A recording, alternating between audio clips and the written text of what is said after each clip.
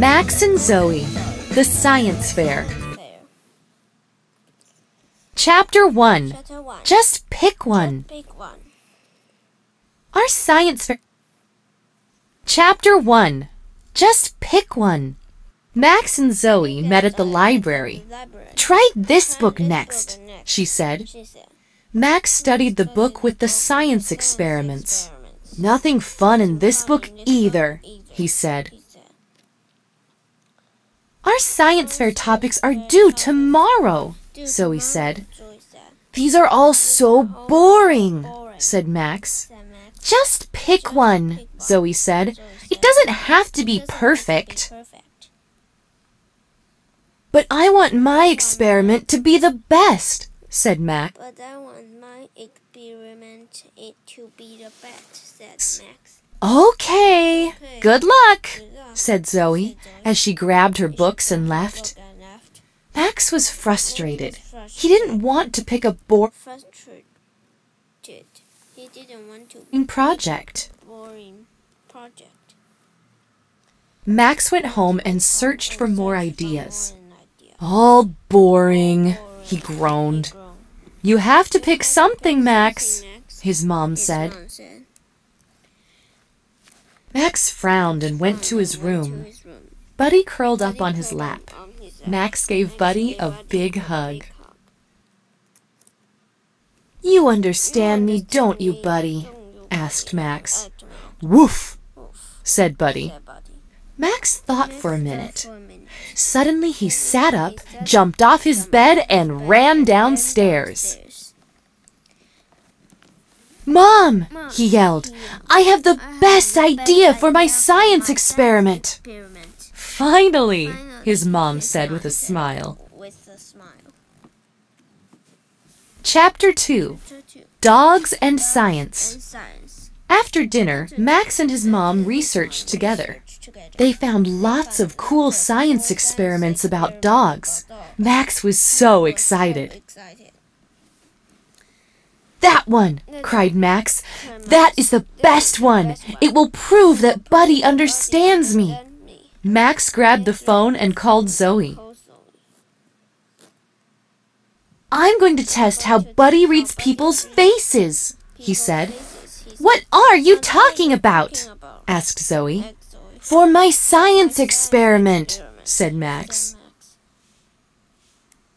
Cool, said Zoe. But you'll need to test other dogs too, right?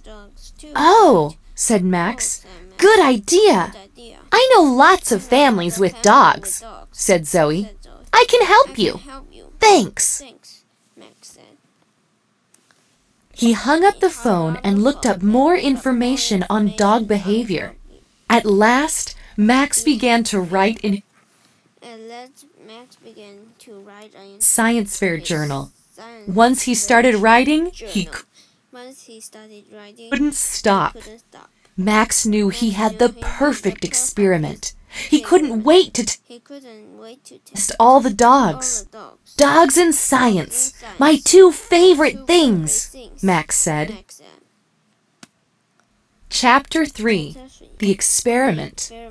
That Saturday, Max and Zoe rounded up 7 dogs from friends. Max got the dogs settled with some treats.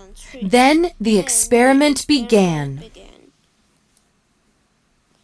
Zoe took her place on one end of the couch. Max hid on the other side of the couch. Buddy first, he whispered to his mom. She brought Buddy into the living room. Buddy stared at Zoe.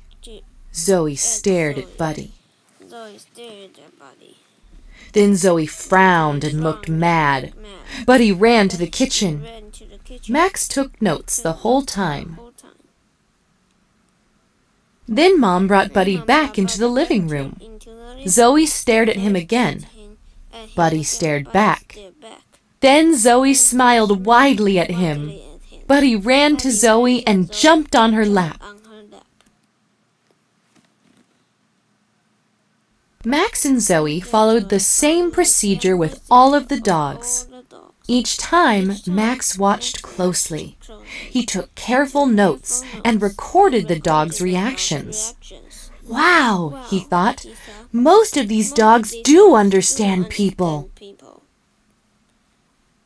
On Monday night, Max was ready. So was Buddy.